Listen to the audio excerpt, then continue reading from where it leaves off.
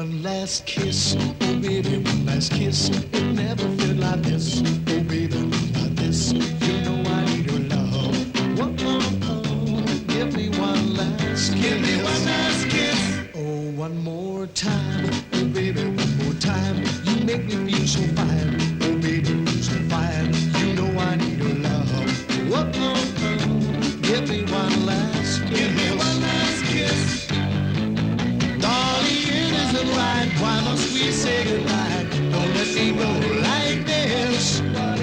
Baby, I need you so, but if I have to go, just give me one last kiss. Oh, one last kiss, oh baby, one last kiss. It never felt like this, oh baby, like this. You know I need your love. Whoa, oh, oh, give me one last kiss. Give me one last kiss. Darling, it isn't right. Why must we say goodnight? Don't let me go like this. Baby, I need you so, but if I have to go, just give me one last kiss. One last kiss, oh baby, one last kiss. It never felt like this, oh baby, like this. You know I need your love. Whoa, oh, oh, give me one last kiss. Give me one last kiss. 2, 3, 4. One last kiss. One last kiss. One last kiss. Give me one last kiss. Hi, I'm Wendy Stapleton. Welcome to Wrokdown. In the late 60s, my next guest was busy on Channel 10's Uptight, setting the world on fire, whilst I was in front of the TV set, dancing round like a hippie with my incense, about to set the living room on fire. Well, he has gone on to become one of Australia's top entrepreneurs. Would you please welcome the one and only Mr. Issi Dye? Hi, Wen. Thanks for having us on. How are you? Well, I don't know about one of the top entrepreneurs, probably that's stretching the imagination. Oh, look, but the incense is... I know. Right. I was so excited because the thing is that I remember incense so much that I actually wore my... your little hippie badge. My little hippie your badge. War badge. Make war, not peace. Yeah. That. Yeah, that's right. Yeah, that was what it was. Make war, not... No, make peace, not... Hello. Hello. Maybe but maybe we'd smoked too much incense. It was make war in those days because peace. It was Vietnam War. The war was on. It was terrible, Anyway, it's wonderful to have you here. Thanks, was that like your biggest hit? Look, I think that I really never had any top hits. Incense did quite well, got into maybe the top 20 or something like that, and then I ended up recording a couple of other entertainers' songs, including a thing called One Last Kiss from a show called Bye Bye Birdie, which went quite well for me, and I covered the Personality song from Lloyd Price. So I was really doing more cabaret style and then taking other people's songs. I probably wish that someone had written a song for me and I was able to have my own personal hit, but it wasn't to be. Well, to me, Incense was a huge hit. Thanks, Dale. I can just remember it being a huge hit and I loved it. Let's start at the beginning. Where were you born, Melbourne? I was born in Austria. In Austria? Yep. Oh, okay. In a place called Salzburg, which is in the mountains. My parents came there after the war as part of the post-concentration camps after the Second World War. And, in the early years of my upbringing when I came to Melbourne, which was in 1950, my father was a cantor at the Jewish synagogue there in Turak. And really? It sort of brought me along to the synagogue on a Friday or a Saturday, and of course I would, just like most people, I would sing the Jewish songs, I would sing the gospel-y style music, and it gave me then, I guess, the incentive to get out in front of an audience and have a sing-song. It was a long time before I actually got up there and did a show, but that certainly was good grounding. So was that the actual church? Is it called the church? Yes, the church. Synagogue? Yeah, synagogue. The church, the synagogue. Was that sort of your showbiz? Well, I think it was. With that and going to Mount Scopus, the Jewish college, and we were sort of pretty well out there. Remember, by the time I appeared and wanted to be singing, the Beatles had come out and we were doing what they called social service, which was raising money for whatever cause, and I would mime John Lennon or something like that. But the first time that I ever really went, look, this is going to be what I like to do, I got together with Gary Young. Yes, Gary, who was living opposite me in Baldwin, And that's it. He was drumming then, but then he stopped drumming for Bobby Bright then, and he said, look, he wanted that form a duo, so we had a duo called Double Trouble, and we were there doing our little skin tight pants and singing "Not Fade Away" and all the cute songs of the Stones. So that sort of gave us. That was with the first foray into, I guess, concerty type stuff, and that would be in the mid-60s. Mid-60s. Because a lot of the gigs, well, most of the gigs then actually were sort of like in halls. In all dance halls. Yeah. And that was it. And of course, it was the early days. Bobby and Laurie were huge then, and Normie had 6 songs by that time, and sort of we went to see them a few times, and then we were supporting some of those artists, and it wasn't until probably 67, 68 that I realised that wasn't really where I was going, and Gary wanted to go back to drumming. Of course, he went with Daddy Cool after that. But and then I joined a band that came from New Zealand called Compulsion, which had all of the big. That's right. I remember Compulsion. Yep. And so the afros. Afros, and so it was perfect for me because I got my hair all afro, mustache, and then of course. And played at Bertie's. And Sebastian's. We did the opening. Look, it was amazing because we were working with Glenn Shorrock and everybody, and Doug Parkinson, and all the people that are legends of music today. And Spectrum, of course, absolutely. And those stories will remain anonymous. We'll never talk about the days of that, but we did love it. And the beautiful part about it was 6 o'clock closing. It was a different scene then, because there was no alcohol. There was no alcohol at Sebastian's anyway. There wasn't. It was all coffee things and late night stuff where you'd play till 1 or 2 o'clock in the morning. But the scene was a very close scene. Everybody got together after the gigs, and they'd meet up at the Greek Club or somewhere, and or Daryl Samples, absolutely, or Frank Thring's place, and we'd sit around and we'd have coffee and talk and yap on and all that. And the good thing about it was that we had a closeness. Who was booking the gigs when you started? Was it someone probably like Ambo? Bill Joseph. Bill Joseph. Jeff? Yep. We were working for all of those and people who never paid, like John Hannay and Ivan Damon from Queensland. All those guys you go and do great gigs for, but you'd wait and they never paid you. And you'd be ringing up and they're saying, "Oh, it'll come, Father, don't worry." And so you learnt, and of course you couldn't stir the pot too much because you wouldn't go back and do. You wouldn't get any work. So in those days, you were left between sort of trying to be smart about it and at the same time being cool, because otherwise, it's as much as you're on television, you still needed to make money. You still need gigs. Absolutely. I remember touring with Barry Smith and the Town Criers. I sang on their song "Everlasting Love," and then Jim Keys came and wrote some songs for me, and he sang on my show, and then I did stuff with the Masters, and do stuff with the guys from the Strangers, and everybody was sort of everyone was helping everybody. Look, it was great fun, and I can't say I miss those days because we look back on fond memories. It's a different world. Yeah. Well, you know what? Let's take a break because when we come back, I want to talk to you about your early days on telly. Okay. Well, actually, it was sort of the beginning of the pop scene on television as well. It was, yep. And we'll be back Thank you. very soon. Wrokdown. Welcome back to Wrokdown. My special guest is Mr. Issi Dye. He sets my world the mouth from the south. I wasn't going to say I know. I think it's great because so. It's wonderful to have someone who knows what they're going to talk about. We're going to talk about television now because as I said, I remember seeing you on Uptight. You were the person. You were the one that saw me on Uptight. That's right. There was more, but probably not many. That's all right. That was early days of the... Early days of the good thing about things like Uptight and then going into the happening 70s was it gave a lot of entertainers an opening. Mm-hmm. What was beautiful about... Firstly, Uptight, and then it changed to Happening 70s with Rusty Wiley, 70, and then Jeff Phillips came in 73 or something, 72, to host it. What happened with those years, those mornings at Channel 10 then, or Channel O it was, at Nunawading, is that we would go there in the morning and it was a 3-hour thing. So in 3 hours, there would be a lot of entertainers on. Ted Mulry, Masters Apprentices, everyone would go on, the Zoot, Johnny Young, whoever was around. So...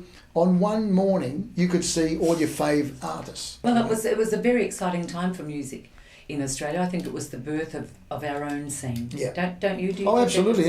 And you were part of it. Look, the good thing, I really love being part of it, but I realised that I was never going to write and I was never a composer, that style. I was only going to be good at the cabaret style of it, or the interaction style with the audience, whereas a lot of the other guys were much better at the writing and the vocal side of it. Yes, but then again, you went on to have your own TV show. That's right. Yeah, I was lucky. Look, it was at a perfect moment because in the mid-70s, the uptights and happening 70s had finished, and there was the whole scene changed. It was a disco scene. Nobody wanted to know Issi Dye. He's not a disco man. He's back from the early 70s, and they stopped. So my whole career as a singer really came to a halt. Look, I had the odd gig, that was fine, but I realised I had to do something else. And when I noticed that the late night television was a way to put my foot in, I was lucky enough to, and Channel 9 gave me the go. How did you get that? Look, I went in there one day and said, look, I heard that Toddy was on the way moving out. He wanted to finish up. And I said, look, I think I've got an idea and that would be good for selling the idea, which is selling the commercials, and at the same time having people pop in for a chat, like Johnny O'Keefe and those guys would come in late at night. We'd run a bit of a movie. In fact, the standing joke was tonight's movie would run for 4 hours. Like Izzy. Because there were so many that's right. When are we getting back to the goddamn movies? Talking so much, but at so many people in the later years now have come back to me and said, we used to sit down and watch that, even though it would take 4 hours for a movie. We always were interested to see what was coming up in between. Well, you knew something was on. But on the day they'd be going, oh my God, he's still talking, and it's 4 o'clock in the morning. Well, no one wanted to go to bed. We had a funny thing then. What we did was we turned around and we had a little saying which we used as part of the marketing, and I used to say, it's just after midnight on Channel 9, and it was 3:30 in the morning. But it was always just after midnight. Yeah. So it wasn't really 3 o'clock in the morning, because we tell people, we're just after midnight. But everyone remembers that. Well, look, it was, as I said, it was a defining moment for me, because apart from it being lucrative, it gave me a whole new style of presentation. I was able to present comfortably to a little camera without having anyone in the room if I wanted to, but also when I went out to meet the public and do the going out to the shopping centres or commercials or going to meet people doing, when I was out there doing I did a lot of hostings, as in shopping centres and I actually was the promotions manager for Playboy magazine for a while, which was an interesting job, which I won't talk about too much because my wife is here. But it was an interesting time in my life. It's okay then. Because it was before you met your That's wife. right. Yes, everything's okay. Everything I did. Wife and children. Yes, absolutely, and almost everything I did was pre-wife and children. See? That's true. It's but one thing, as I said, one thing led to another, because I was on the television and I was seen every night or every second night, and that it gave me a profile, and so I was able to go out with that and do hostings and do things like that. And it wasn't until probably 10 years later, when I went to live on the Gold Coast, that it all started again, that I could become again what I loved, and that is a performer, because the whole scene changed in Melbourne for me, and then I realised that on the Gold Coast or in Brisbane and all that, that sort of entertainment was still happening. It was, and they were all saying, Issi Dye, we remember you, come and do a gig. So is that why you moved? I did. I moved for the opening of Sanctuary Cove. One step ahead. Yes. Were you? Well, it wasn't one step ahead, but really, there was something closes, one door closes. The TV was finishing. They were saying, look, it's all, you've done 10 years. Thank you very much. Time to piss off. Thank you, or whatever. I thought, okay, well, the time was right for me to try something else. And fortunately, the club scene in Queensland, northern New South Wales, the Gold Coast, was going on the up and up. So by going up there, I started straight away in music and shows, and the rest was history. So consequently then, another cycle of your entertainment life began. Yeah. Up on the Gold Coast. It did. And did you bump into Ivan Damon and get your money back? Well, I think he was dead by then. But no, in fact, a few of the people I saw from the old days up there, and again, it was like a deja vu thing, seeing people I hadn't seen for 20 years or whatever it was, and some of them were still going well, like Betty McQuaid, who, God rest her, she's passed away now, but people that were from the rock scene in the 60s and early 70s were still performing, and that was one of the things that I loved. I thought, gee, they're still getting gigs, and they were doing gigs when I was doing gigs. Okay, I might go out and try it. And I guess, like today, when everything old is new again, all of us, Cotton Morris, Ross Wilson, everyone that was. Ross and I performed together in '67 at the Caulfield Tech then. It was Caulfield University, but and he was in his band called the Pink Finks, and I was in the Trio Plus One, and I look back on those days when we were only 17 or something, or 18, and I think, well, there's a guy that's my age and is still going, and and I mean, he's absolutely brilliant. But what I mean is that many of these entertainers continued to work on, and I thought, okay, there's an opportunity. They don't mind having an old fella come in and sing a few songs. So none of us think we're old. No, you're not old. But I am. give me a break. We'll take a break, actually. When we Yeah, come we back, will. let's talk about... I want to ask you why the Gold Coast became the haven or Okay. the centre of the cabaret scene. And then when we come back, also discuss the fact that you have about 2 squillion Well, artists on your book. okay, we'll Very, talk. very busy boy. We'll be back soon. Wrokdown. Welcome back to Wrokdown. I'm with Issi Dye, and we are just about to go to the Gold Coast. We are, and What year was that? that was 87 when Yeah. when the opening of Sanctuary Cove happened, and it was the year that Frank Sinatra was paid $1 million cash out the back and sang 40 minutes, and he was gone before everybody had finished clapping. While the people were still clapping their last little bit and saying more, more, more after My Way, there was a helicopter out the back, and he was already on the way to the airport and gone with his $1 million cash. Well done. But my fee was a little bit smaller than that, so just a wee bit. But it was that Whitney, with... Whitney Houston was on that night, and so was Peter Allen.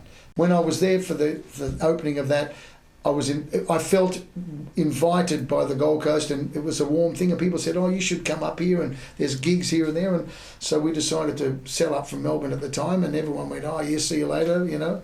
Went up to the Gold Coast, and we had our children up there, which was great. But all of a sudden, all these doors opened as far as the floor shows and concerts. You know, there was Twin Towns and these clubs and that clubs, Brisbane, Cairns, Mount Isa. I would Because it was travel. before we had our tabaret and stuff. It was We before. didn't have That's anything why. like that Yep. in Melbourne. It was when I would come back every year or so, or every 6 months, and I might do a Bert Newton show or do a television thing and an odd gig. But again, I wasn't getting any gigs. But we didn't have clubs. There was no clubs. So it gave me a chance to apply some new things that I wanted to do, and that was great to do that. And of course, but being up there, I was up there for 14 years or something. We loved it, but we then realised that really Melbourne was where it was at for us. The weather was better here. We loved it, and all our friends were really back here. And although we kept coming back visiting everyone, there was nothing like being home. And so now we've reversed everything. We live in Melbourne, but we have a place on the Gold Coast, and we visit the Gold But Coast. because of technology, Yeah.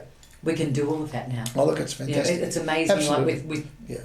everything, you can literally run your business from... Well, you can run You it could from a run it from laptop, anywhere, but yeah. it's not the business. It's more as a personal. I'm still enjoying performing, so consequently, I love going back to the coast all the time, and Brisbane. I keep saying the Gold Coast, but I mean Brisbane and all over Queensland. I love going up there and doing the gigs, and then obviously coming back to Melbourne, where is my home, and now my business is flourishing around Victoria, so to speak, and I'm having a good time. And I'm not only doing my own gigs, but I love having several artists that we look after. A friend of mine that we look after, and we sort of concept shows like the ones like what you're doing.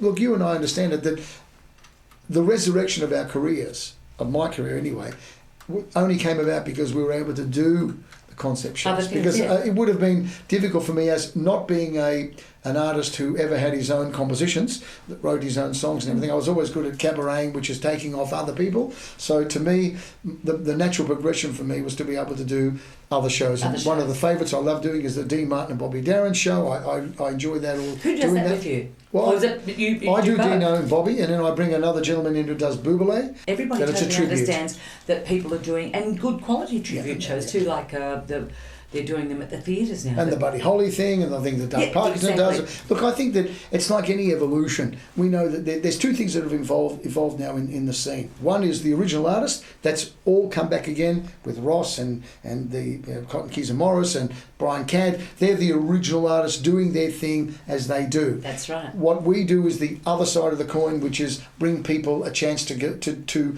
nostalgia. We're nostalgizing the days of JOK and the things of Jolson and Dusty, what you're doing. So again, we're not banging heads, which is the beautiful part, because people that love to go and see the original artist will always go and see them, and those that love Dusty or Elvis or Johnny O'Keefe will also go and see them Always in a different love way. them. And that's right. And I think it's saved the music industry by doing that. albeit that the young people out there, the young artists, unfortunately don't have enough places for them to go. They don't have enough venues. There's not enough venues. Whereas we had hundreds of venues when we were younger, and to this day, most of the, and let's understand it, that the concept shows really draw people that are 40 and above, 50 and above. Absolutely. They don't draw the young ones. And so therefore we have that competition between the young ones, and they do the rap and the DJ scene, which they do, to the older clubs where we do the clubs, and of course the older ones come to see our shows because they really are nostalgic, aren't they? And thankfully for that, because thankfully that this is just touching on a little point, and I was wondering how you handled it with the Jolson act. The blackface, you mean? Absolutely. Sure. And I was just Swanee, how I love you, my dear old how can Swanee. you do Jolson without that? Because I was reading an article regarding all of the furor that happened on Hey Hey It's Saturday when they did the Michael Jackson. See, all that was so different because those people they were really doing a crass thing of an artist, and to me, when you look at what I do, and of course I'm defending it, but when I'm doing what I'm doing is history. But Jolson was that's right. An artist I'm doing it. I'm doing a historical thing. I'm performing something which was actually history, that's part right. of life. Same as Jimmy Durante. Absolutely. Now Jolson did both whiteface and blackface. He did whiteface for half of his career, and he did blackface for the other half. So fortunately, when I'm doing shows now, I'm able to differentiate. I can do the whiteface Jolson. I'm able to do the speech and do the things. But if somebody rings and says, "Look, we want you to do a Jolson story, but we want the original," I do it. Yeah. Now, this is the honest truth is I have never ever in 1,150 shows,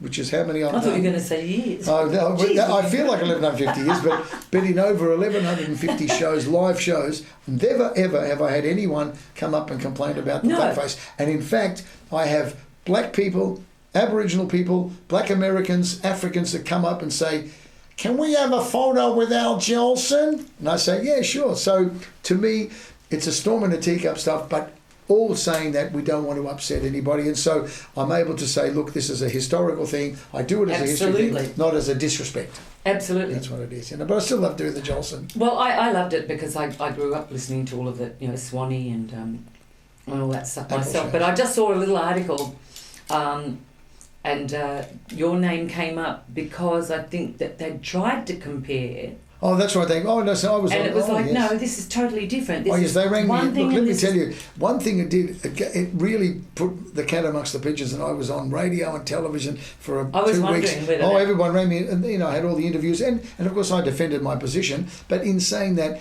some places they don't want me to do the blackface. Look, would you mind not doing it because we don't want to offend? Fine, I'm happy with that. I'll do the whiteface Jolson. Still continue to sing the great songs. But if a place says, look, we want to do it, well, who am I to say? I'm not going to change history.